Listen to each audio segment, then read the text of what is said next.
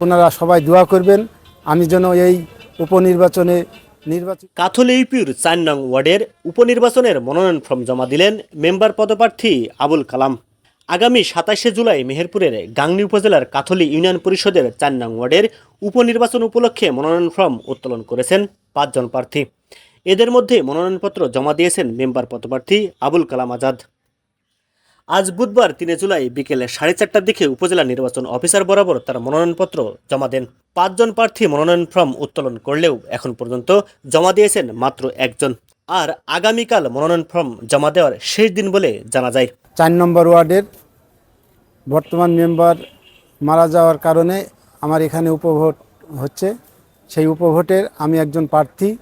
আমি আজকে আমার মনোনয়নপত্র জমা দিলাম নির্বাচন অফিসে।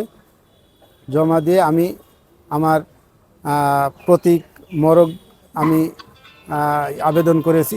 এই উপনির্বাচনটি ইভিএমে অনুষ্ঠিত হবে বলে জানিয়েছেন গাংনী উপজেলার নির্বাচন কর্মকর্তা কামরুল ইসলাম। কাথলিতে ৪ নম্বর ওয়ার্ডের পদ শূন্য হয় এবং সে প্রেক্ষিতে নির্বাচনের শিডিউল হয়েছে এবং এ পর্যন্ত ৫ জন মোট তারা মনোনয়নপত্র উত্তোলন করেছেন এবং একজন জমা দিয়েছে। আমাদের এবারের নির্বাচনটি আগামী ২৭ জুলাই ইভিএমের মাধ্যমে অনুষ্ঠিত হবে। উল্লেখ্য, গত ১৬ জুন ভোরে হৃদক্রিয়া বন্ধ হয়ে রাজশাহী মেডিকেল কলেজ হাসপাতালে চিকিৎসাধীন অবস্থায় ইউপি সদস্য আনোয়ারুল ইসলামের মৃত্যু হয়। তার মৃত্যুর একদিন পর ১৭ জুন আসনটি শূন্য ঘোষণা করেন গাংনী উপজেলার রিটার্নিং কর্মকর্তা ও উপজেলা নির্বাহী কর্মকর্তা প্রীতম সাহা।